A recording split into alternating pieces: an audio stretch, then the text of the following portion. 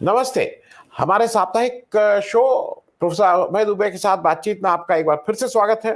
इस शो में हम लोग जो हफ्ते भर की घटनाएं होती हैं उसमें प्रमुख घटनाओं पे कुछ चर्चा करते हैं और एक एक नई दृष्टि जो अभय दुबे साहब की है, जो जो ज्यादा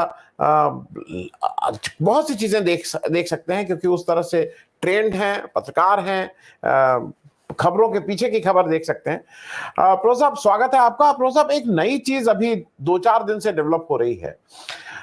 देखिए, ये बहुत कस के आरोप लगाया जाता है कि सरकार के जो मीडिया है उसको कुछ लोग गोदी मीडिया या सरकारी मीडिया या प्रभावित मीडिया कहती है या कमिटेड मीडिया कहती है। मीडिया के ऊपर तो एक तरह से ये है आरोप कि वो उसको उसकी आवाज दबाने की कोशिश की जा रही है।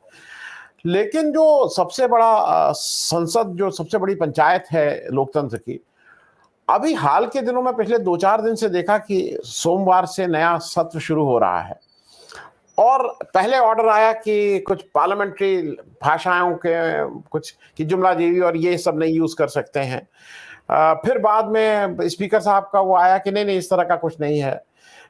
लेकिन कल फिर एक आया है कि सरकार मतलब एडवाइजरी जारी हुई है और जिसमें ये कहा गया है कि आप संसद परिसर के अंदर धरना नहीं कर सकते हैं, भूख हड़ताल नहीं कर सकते हैं, संसद के अंदर आप प्ले कार्ड लेके नहीं जा सकते हैं, नारे नहीं लगा सकते। अजीब अजीब तरह का है।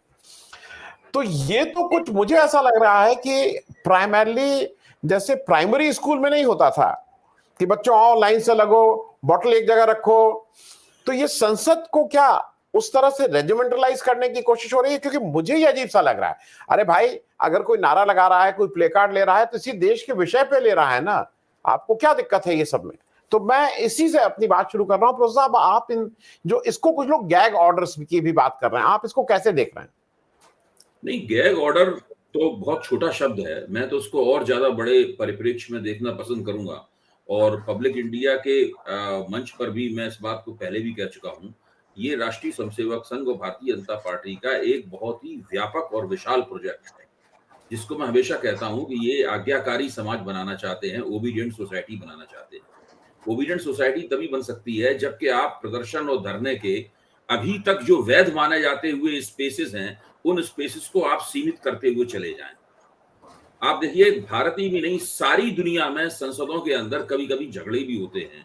यहाँ तक कि संसद में कभी अशोभनीय किस्म की मारपीट भी होती है, लोग नारे लगाते हैं, लोग अध्यक्ष की आसंदी के पास आ जाते हैं नारे लगाते हुए। ये जापान की संसद में होता है। ये दुनिया की हर, मैं नाम अगर इसका इतिहास लेकर नाम गिनाया जाए तो एक बहुत लंबी सूची होगी। तो संसद के अंदर होने वाले, आमतौर पर उम्मीद ये की जाती है कि संसद में धरने प्रदर्शन नहीं होंगे, केवल चर्चा होगी, बहस होगी। लेकिन ये लोकतंत्र की खास बात है कि चर्चाएं और बहस कभी कभी पॉलिटिकल एक्शन में भी बदलती हैं और संसद के अंदर उसकी इजाजत दी जाती है। जाहिर है कि बाहर के लोग संसद में नहीं आ सकते, लेकिन जो सांसद हैं, जो सदन के माननीय सदस्य हैं, उन लोगों को इस तरह की इजाजत होती है। और जिस पार्टी की सरकार इन चीजों को नियंत्रित करने की कोशिश कर रही है, विनियमित करने की कोशिश कर रही है, वो खुद भी यही सब काम करती रही है।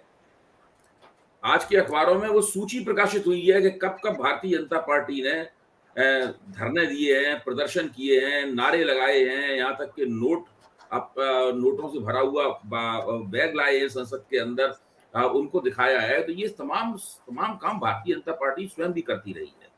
मैं हमेशा कहता हूं कि भारतीय जनता पार्टी एक बहुत ही आतताई किस्म के, बहुत ही समाज को बांटने वाले और जिसके अंदर हिंसा की बहुत संभावनाएं थी, एक और पूरे देश को हिंदू और मुसलमान में बांटने वाले एक आंदोलन जिसका नाम था राम जन्मभूमि आंदोलन, उस आंदोलन की बुनियाद पर खड़े होकर सत्ता में आई है। और आज उसका जो बहुमत है उसमें उस आंदोलन की प्रमुख भूमिका है। एक पार्टी जो इस तरह का आंदोलन चलाती रही है, अब सब लोगों को ये उपदेश दे रही है कि संसद द्वारा चुनी गई सरकार, जनता द्वारा संविधान सम्मत सरकार के खिलाफ आंदोलन नहीं करना चाहिए। जो भी आंदोलन होगा, सरकार विरोधी आंदोलन होगा, या तो आप सरकार के समर्थन में रहें या फिर आप चुपचाप घर पे बैठे रहें। आपको विरोध करने का आपको कोई अधिकार नहीं है। जब चुनाव आएगा तब वोट दीजिएगा। तो इस प्रकार का डिस्कोर्स चलाया जा रहा है। और ये डिस्कोर्स केवल ऐसे ही नहीं चलाया जा रहा है।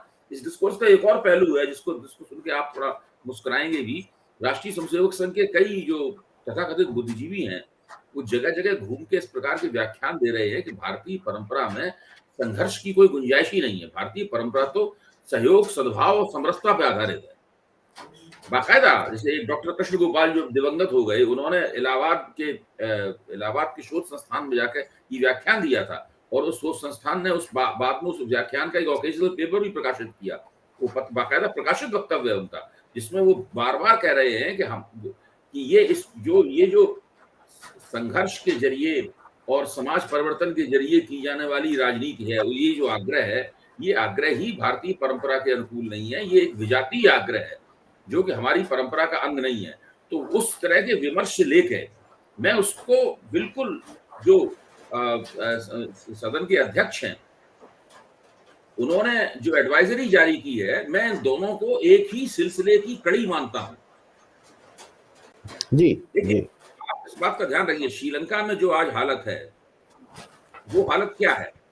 वो हालत ही ये है कि उसमें विपक्ष की हर आवाज को बंद कर दिया गया।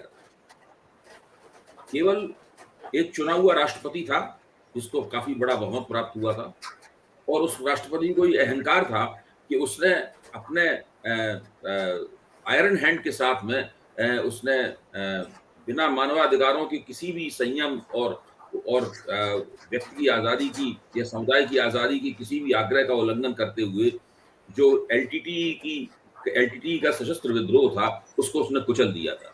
उस जीत के आधार पर उसको एक बहुत बड़ा बहुमत मिला था।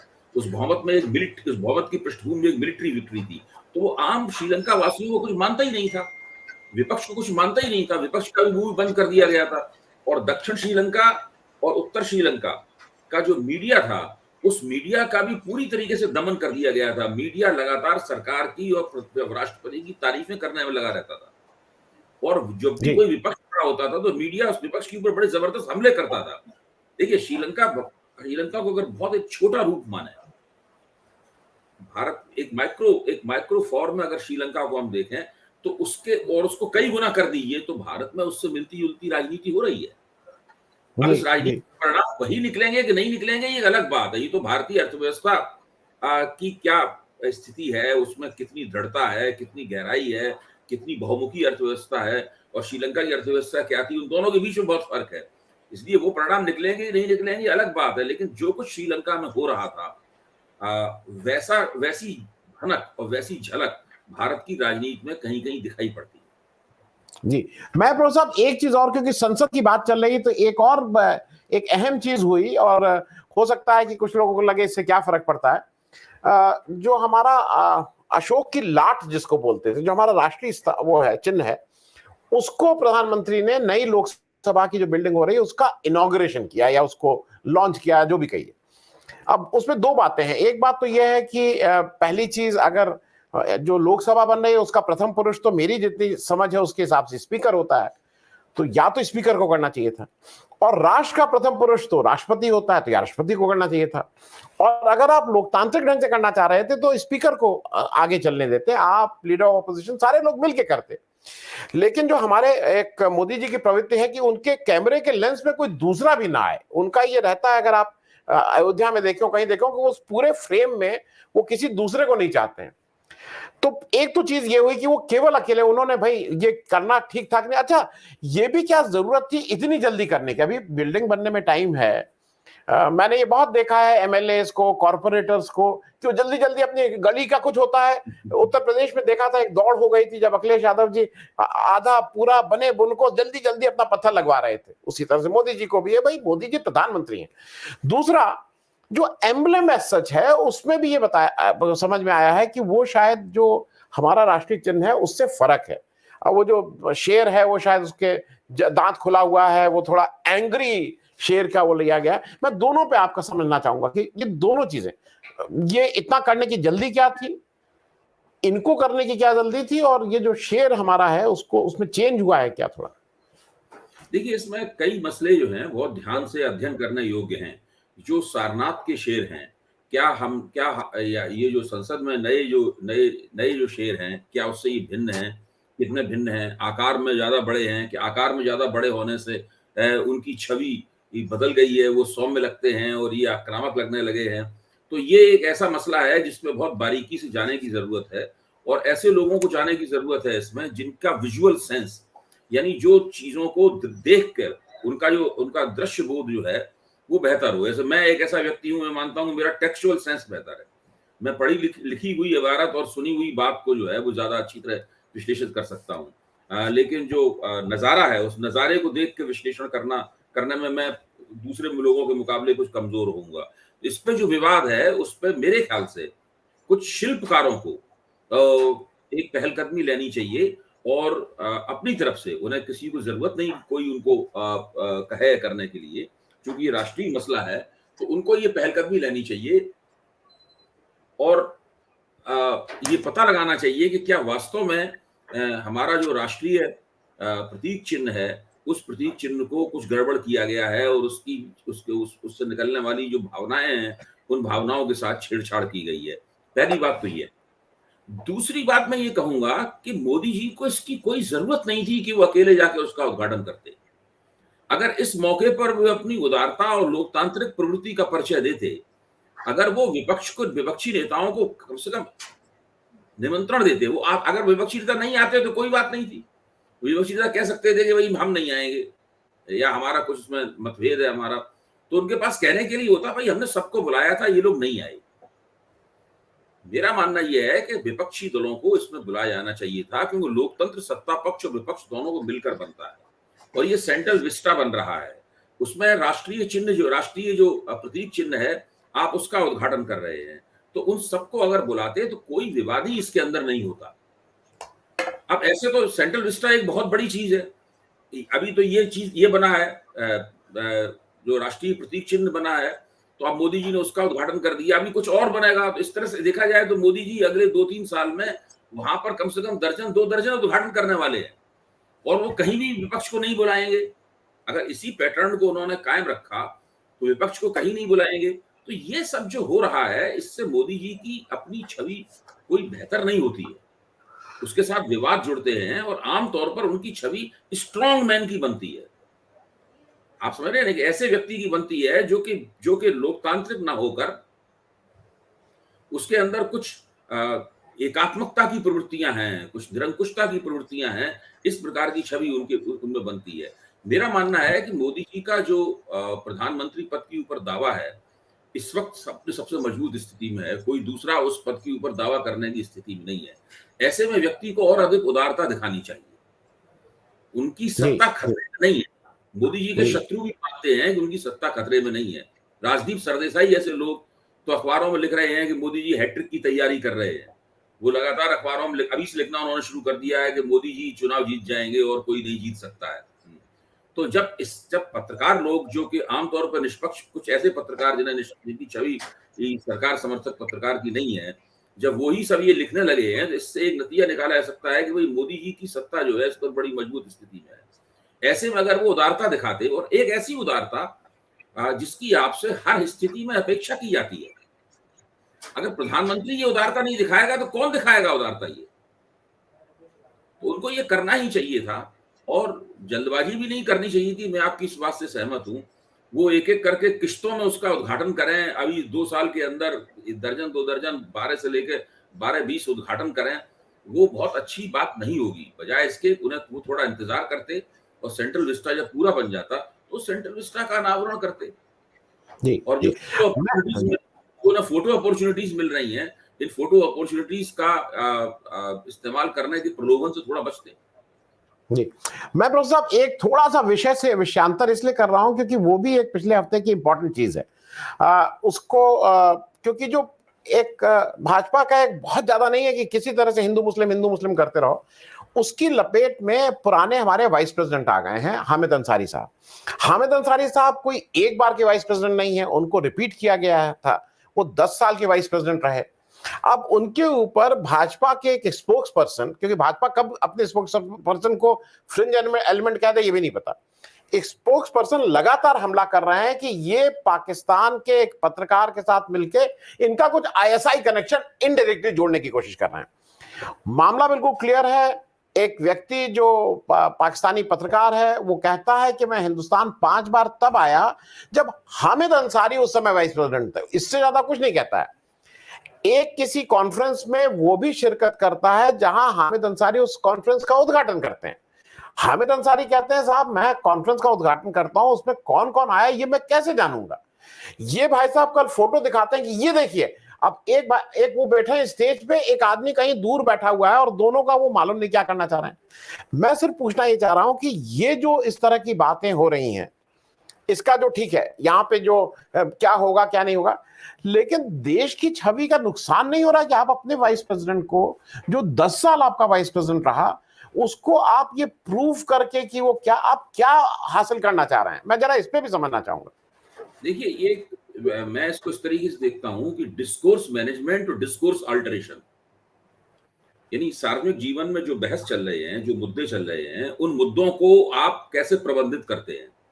यानी आपके मन के मुद्दों के ऊपर बहस हो, आपके मन के मुद्दों के ऊपर जोर हो, उन्हें रेखांकित किया जाए और दूसरे मुद्दे जब आप चाहें तो पृष्ठभूमि में धकेल दिए जाएं। ये तो होता है डिस्कोर्स मैनेजमेंट, जिसको आमतौर पर पत्रकारिता की भाषा में नैरेटिव बोलते हैं। मतलब मैं नैरेटिव नहीं कहता हूँ, ये नैरेटिव गलत शब्द है।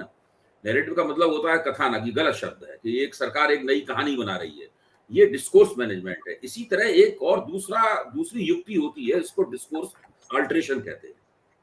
देखिए, जब से नूपुर नवीन प्रकरण हुआ है, तब से इस सरकार को भीतर ही भीतर एक चिंता सता रही है कि इस सरकार को अंतर्राष्ट्रीय मंचों पर सांप्रदायिक न समझा जाए।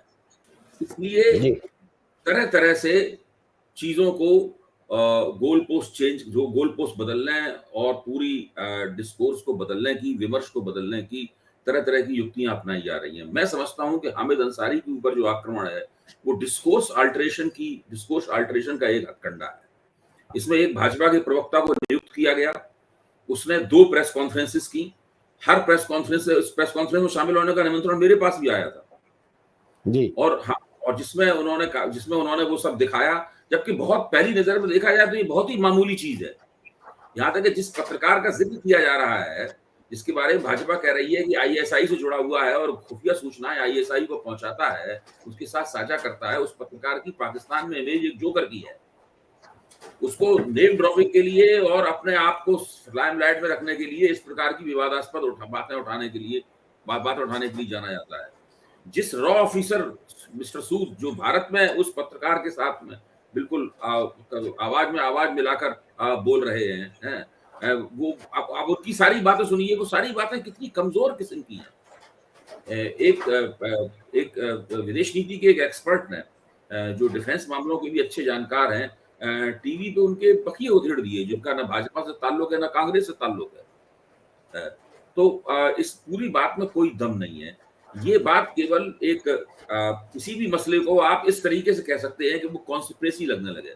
जो कॉन्स्पिरेसी थ्योरी के रूप में किसी भी चीज को, या तक हम और आप जो बात कर रहे हैं, इसके अंदर भी एक तरह की साजिश जो है वो तलाशी जा सकती है। और होशियार लोग इस बात को इस तरीके से पेश कर सकते हैं, फिर हम लोग खंडन करते घूमेंगे और कहते घूमेंगे नहीं भाई बात ये नहीं है, वो नहीं है। तो इस प्रकार का ये एक हथकंडा है, डिस्कोर्स मैनेजमेंट का हथकंडा है, और उस हथकंडे को भाजपा अपना रही है। चूंकि मीडिया में जो भाजपा कहती है और सरकार जो कहती है, मीडिया उसको हाथों हाथ लेता है, और मीडिया को भी मजा आता है कि विपक्ष के ऊपर एक डंडा और पड़ा, विपक्ष को एक घूंसा और लगा, तो उसमें मीडिया भी अपनी भूमिका निभा रहा है। बजाय इसके कि मीडिया इस बात को खारिज कर देता और उसको अंदर के पृष्ठों में डालता, या उसको एक संक्षिप्त टीवी पर एक संक्षिप्त समाचार बदल देता, क्या एक भाजपा प्रवक्ता ने भारत के पूर्व राष्ट्रपति के ऊपर ये इल्जाम लगाया, और कोई महत्व नहीं देता, केवल एक सूचना के तौर पर पेश करता। लेकिन बजाय इसके ऊपर पूरे के पूरे बहस के कार्यक्रम आयोजित किए जा रहे हैं, जिसमें जो टीवी के एंकर हैं कि वो कितने निष्पक्ष हैं, इसको दिखाते हुए कांग्रेस का प्रवक्ता भी बुला लेते हैं, एक प्रतिरक्षा विशेषज्ञ को बुला लेते हैं, एक विदेश नीति के विशेषज्ञ को बुला लेते हैं, और फिर पूरी डिबेट का वो ड्रामा किया जा रहा है। जी जी, मैं एक चीज, क्योंकि आप डिस्कोर्स मैनेजमेंट की बात कर रहे थे, मैं इसलिए इसको आपसे पूछ रहा हूं, क्योंकि एक और मेरे हिसाब से जिसका लॉन्ग टर्म हमारे यहाँ खराब इफेक्ट पड़ने जा रहा है। लखनऊ में अभी एक लुलु मॉल खुला, वो एक बड़े मतलब हिंदुस्तानी व्यवसायी हैं, उनके दुनिया में 235 मॉल हैं, वो अफ्रीका और एशिया में बहुत मॉल हैं, और हिंदुस्तान उनके 6 मॉल हैं। लखनऊ में एक बड़ा मॉल खुला, जिसको कहा जा रहा है, शायद कोई कह रहा है नॉर्थ इंडिया का सबसे बड़ा, कोई कह रहा है इंडिया का सबसे बड़ा मॉल। वो मुख्यमंत्री को उन्होंने खुद गाड़ी चला के अपना पूरा मॉल घुमाया। वहां पे अभी एक कुछ हुआ है कि कुछ लोग नमाज पढ़ रहे थे, उसकी फोटो आ गई और फिर उसको लेके लोग शुरू हो गए कि इसको बंद करना चाहिए, और व्हाट्सएप पे जो डिस्कोर्स मैनेजमेंट की आप बात कर रहे हैं या डिस्कोर्स, वो शुरू हो गया है। तो कभी कभी आपको ये नहीं लगता है कि ये जो जिन जो पैदा किया है भाजपा ने, हिंदू मुस्लिम, वो इतना बड़ा हो गया है कि आज उसके कंट्रोल में नहीं है? क्योंकि अगर ये व्यक्ति जिसने करीब 2-2.5 हजार करोड़ लगा के यहाँ मॉल लगाया है, वो एक गलत सिग्नल जा रहा है कि उत्तर प्रदेश या हिंदुस्तान में माहौल ही नहीं है इस तरह के उद्योग करने का। तो इसमें क्या होता है कि ये लुलु मॉल जो है, लुलु अरबी भाषा का शब्द है जी, और ये जो भारतीय मूल के जो उद्यमी हैं, ये सज्जन संयुक्त अरब अमीरात में इनका मुख्यालय है। यूएई आधारित है ये। और लुलु एक अरबी शब्द है जिसका मतलब होता है, जो मेरी जानकारी है, इसका मतलब होता है मोती। और इस नाम से बहुत लुलु मॉल बहुत सारे हैं। तो इसका जो एक ऊपर से देखने में एक जो मुस्लिम कनेक्शन दिखाई पड़ता है इसका, मुझे लगता है कि उससे आकर्षित होकर या उससे ये मानकर कि इसमें हमें छूट मिलेगी, वहां पर नमाज पढ़ने की एक कार्रवाई की गई। अच्छा, अब मेरी ये समझ में नहीं आता है कि भारतीय जनता पार्टी तो आमादा है इस प्रकार के मसलों को उखाड़ने के लिए, लेकिन जो मुसलमानों की तरफ से इस प्रकार की गतिविधियां क्यों की जा रही हैं, इससे भारतीय जनता पार्टी को और इस बात का मौका मिले, या हिंदूवादी सांप्रदायिक तत्वों को इस मसले को और बिगाड़ने का मौका मिले, इस प्रकार की गतिविधियां की जा रही हैं। क्यों भाई वो 2 या 3 लोग बैठे हुए वहां पर मॉल के अंदर नमाज पढ़ रहे थे? मॉल में नमाज पढ़ने की क्या जगह है? क्यों मॉल के अंदर नमाज पढ़ा जाना चाहिए? अब यहाँ पे नोएडा में ग्रेट इंडिया मॉल है, या नोएडा में ग्रेट इंडिया प्लेस है, तो अब क्या वहां पे कुछ लोग नमाज पढ़ने लगेंगे तो जाहिर है कि वो उसकी प्रतिक्रिया आज के माहौल में होगी। कोई और वक्त होता तो लोग उसको उसको नजरअंदाज कर देते। तो ये सब जो एक पूरा माहौल बन गया है, इस माहौल में ये जो आग लगी हुई है, जो धीमी गति से लगातार जलती रहती है, इसमें अल्पसंख्यकों को चाहिए कि वो ऐसी कोई गतिविधि न करें जिससे इस आग में अंदर घी पड़े और उसको हिंदू सांप्रदायिक ताकतों द्वारा उसका राजनीतिक दोहन करने का मौका मिले। अब देखिए, आप लुलु मॉल में सब जगह पोस्टर लगा दिए गए हैं कि धार्मिक कार्यक्रम करने की यहाँ पे इजाजत नहीं है। अब मुझे लगता है कि दोनों तरफ भाजपा की तो राजनीति के लिए भाजपा के लिए तो राजनीतिक खुराक है। ये सवाल ये है कि दूसरे लोग उसे खुराक क्यों मुहैया करा रहे हैं। हाँ, नहीं प्रोफेसर साहब, मैं एक छोटी सी बात इसलिए कहूंगा, देखिए ये आपकी बात बिल्कुल जायज है कि नहीं करना चाहिए, लेकिन as far as Lulu mall is concern, उसने भाई ये हुआ, उसने एफआईआर कर दी, उसको एक भाई साहब पहुंच गए हैं कहने की आपने सब मुसलमान रखे हैं, अपनी लिस्ट दिखाओ, तो उन्होंने लिस्ट दी कि भाई हमारे यहाँ तो हिंदू ज्यादा काम करते हैं, वो कहे ये वेरीफाइड नहीं है। मतलब ये कोई भी आदमी उठ के चला जाएगा, कोई भी कहेगा कि लिस्ट दिखाओ। तो ये मैं इस बात को कह रहा हूं, नमाज नहीं पढ़नी चाहिए थी समाज को, नहीं, वो बिल्कुल ठीक है, लेकिन इसमें लुलु मॉल क्या करे भाई? आप नमाज पढ़िए कि आप बहुसंख्यकवाद है, जिसको मेजोरिटेरियनिज्म कहते हैं, वो संविधान सम्मत तरीकों से या संविधान सम्मत तरीकों से नहीं, इसी तरीके से अपने आप को व्यक्त करता है। भाई ये पूरा बोलबाला और दादागिरी की राजनीति है, जहां पे जिसका बहुमत है और स्थायी बहुमत है, अगर परमानेंट मेजोरिटी है। मेजोरिटेरियनिज्म क्या है? परमानेंट मेजोरिटी, एक ऐसी मेजोरिटी जो कभी खत्म नहीं होगी। जो परमानेंट मेजोरिटी है, परमानेंट मेजोरिटी का कोई भी सदस्य इस दावा करता हुआ सीधा पहुंच जाएगा कि भाई आप बताइए कि उसमें हिंदुओं का क्या है, मुसलमानों का क्या है। पहले ये सब दावे क्षेत्रीय स्तर पे होते थे। बाल ठाकरे के लोग कहते थे कि भाई इसमें आपने कितने मराठी लोगों को रोजगार दे रखा है, इसमें गुजरातियों को कितना रोजगार है, दक्षिण भारतीयों को कितना रोजगार है। 60 और 70 के दशक की बात में कह रहा हूँ, जब वो हिंदू हृदय सम्राट नहीं हुए थे, तब वहां पे यही होता था ना कि शिवसेना का एक बिल्कुल साधारण व्यक्ति जाकर किसी जगह पूछने लगता था, दिखाओ कौन सी लिस्ट है आपके पास। तो भारतीय जनता पार्टी और उसका बहुसंख्यकवाद जो है, वो उसी शिवसेना का, जो कि बाल ठाकरे की शिवसेना थी, जिसको आज भाजपा ने तकरीबन तबाह और बर्बाद कर दिया है, उसी शिवसेना का एक बहुत ही विशाल और राष्ट्रव्यापी रूप है जी।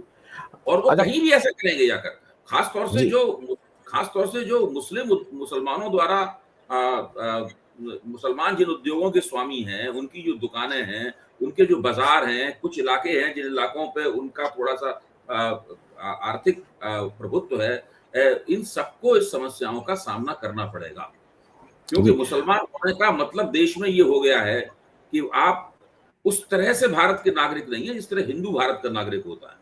अब वो 2 दर्जा है कि 3 दर्जा है कि 1.5 दर्जा है कि 2.25 दर्जा है या पौन दर्जा है, ये सब तो बहस अलग होती रहेगी। लेकिन सीधी बात ये है कि आप भारत के नागरिक हैं, लेकिन उस तरह से नहीं है भारत के नागरिक जिस तरह से हिंदू स्वाभाविक रूप से, नैसर्गिक रूप से और सहज रूप से भारत का नागरिक होता है। जी, तो साहब चलते चलते एक अंतिम प्रश्न, और वो मेरे मन में इसलिए था कि वो मुझे थोड़ा आपसे भी समझना था। अभी देश के 2 पत्रकारों की मैं बात सिर्फ करूंगा जो जिनका नाम बहुत है। एक हमारे सुधीर चौधरी साहब हैं जिन्होंने जी छोड़ा, और उन्होंने जी छोड़ते समय ये बताया था कि वो एक कोई नया वेंचर करने जा रहे हैं और उसमें फिर वो बताएंगे, लेकिन वो तो आज तक ज्वाइन कर लिए।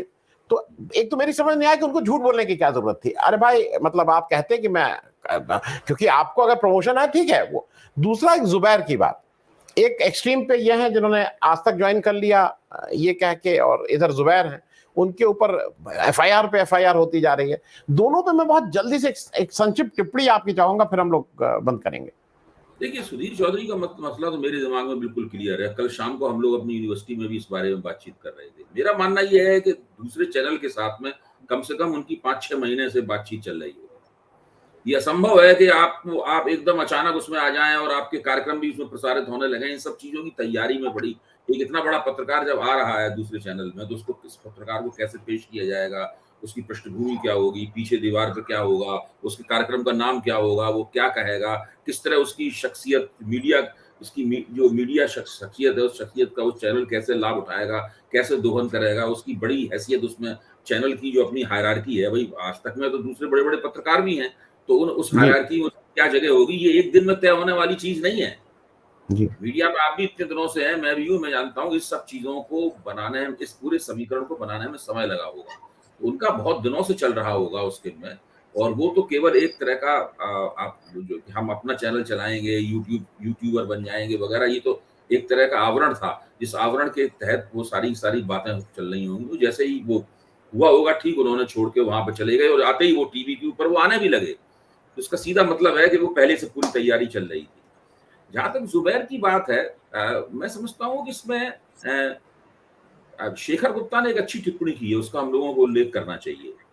शेखर गुप्ता का कहना यह है कि जो लोग अपने आप, जो अल्पसंख्यक समाज से आए हुए बुद्धिजीवी, पत्रकार और टिप्पणीकार हैं, जो लोग अपने आप को एक सेकुलर और सेकुलर और लिबरल अंदाज में पेश करने के जरिए अपनी प्रतिष्ठा प्राप्त करते हैं, फिर अचानक ऐसा लगने लगता है कि वो जो मुस्लिमपन है, उस मुस्लिमपन के ऊपर जो चोट हो रही है, यानी मुस्लिमनेस जो है, उसके ऊपर जो चोट हो रही है, वो उस चोट से भी आहत है, उसका भी वो प्रतिरोध करते हुए दिखाई पड़ते हैं। तो शेखर गुप्ता कहना है कि इन दोनों चीजों के बीच में एक एक एक एक एक, एक विरोधाभास है, ये एक पैराडॉक्स है। मतलब इस पैराडॉक्स को उन लोगों को, ऐसे लोगों को हल करना चाहिए। जहां तक उनके ऊपर एफआईआर का सवाल है, उनकी गिरफ्तारी का सवाल है, उनका जो संघर्ष है, उस संघर्ष में तो हम लोगों को उनका साथ देना चाहिए। लेकिन जी, उन्होंने क्या कहा था, उन्होंने क्यों कहा था, और किस उनकी अपनी उससे पहले छवि क्या थी, तो ऐसी छवि वाले व्यक्ति को इस प्रकार की टिप्पणी करनी चाहिए कि नहीं करनी चाहिए, हैं? तो वो ये चीजें जरूर गंभीरता पूर्वक विचारनी है। जी। बहुत-बहुत धन्यवाद प्रोफेसर साहब, और बहुत सी बातें थी, क्योंकि जैसा होता जा रहा है उसमें दिन प्रतिदिन देश में कुछ ना कुछ नया हो रहा है। अगली बार अगले शायद हम लोग अगले बात करें। हफ्ते श्रीलंका के ऊपर भी विचार कीजिएगा, ये एक बहुत महत्वपूर्ण बात है, जी, जी। क्योंकि नहीं, जो श्रीलंका, भारत, हाँ, जी, श्रीलंका में जो हो रहा है उसकी रोशनी में हमें भारत में क्या हो सकता है और क्या हो रहा है, इसके ऊपर थोड़ा गौर करना चाहिए। इसमें बहुत नहीं, तरह और तरह की बातें हाँ, की जा रही हैं। जी। नहीं प्रोफेसर, आप बिल्कुल ठीक कह रहे हैं। श्रीलंका इसलिए भी इंपॉर्टेंट है कि पड़ोस में हो रहा है। ऐसी इस पाकिस्तान, वेस्ट पाकिस्तान में हुआ था, बांग्लादेश से हमसे क्या मतलब था, लेकिन उसका असर आज तक हम लोग झेल रहे हैं। भाई, लोग वहां से आए, वो माइग्रेट हुआ। आप अपने पड़ोसी देश में अगर कुछ हो रहा है, लेकिन मुश्किल भी है। आईपीकेएफ को वाला एक निर्णय लेके एक बार हम लोग अपना हाथ जला भी चुके हैं, तो थोड़ा मुश्किल है, और इसको इसको जरूर विमर्श होना चाहिए। सरकार के लिए भी थोड़ा मुश्किल समय है इस समय, कि मतलब किधर जाएं, कैसे करें। बहुत बहुत जी। धन्यवाद प्रोफेसर साहब ज्वाइन करने के लिए। Thank you so much.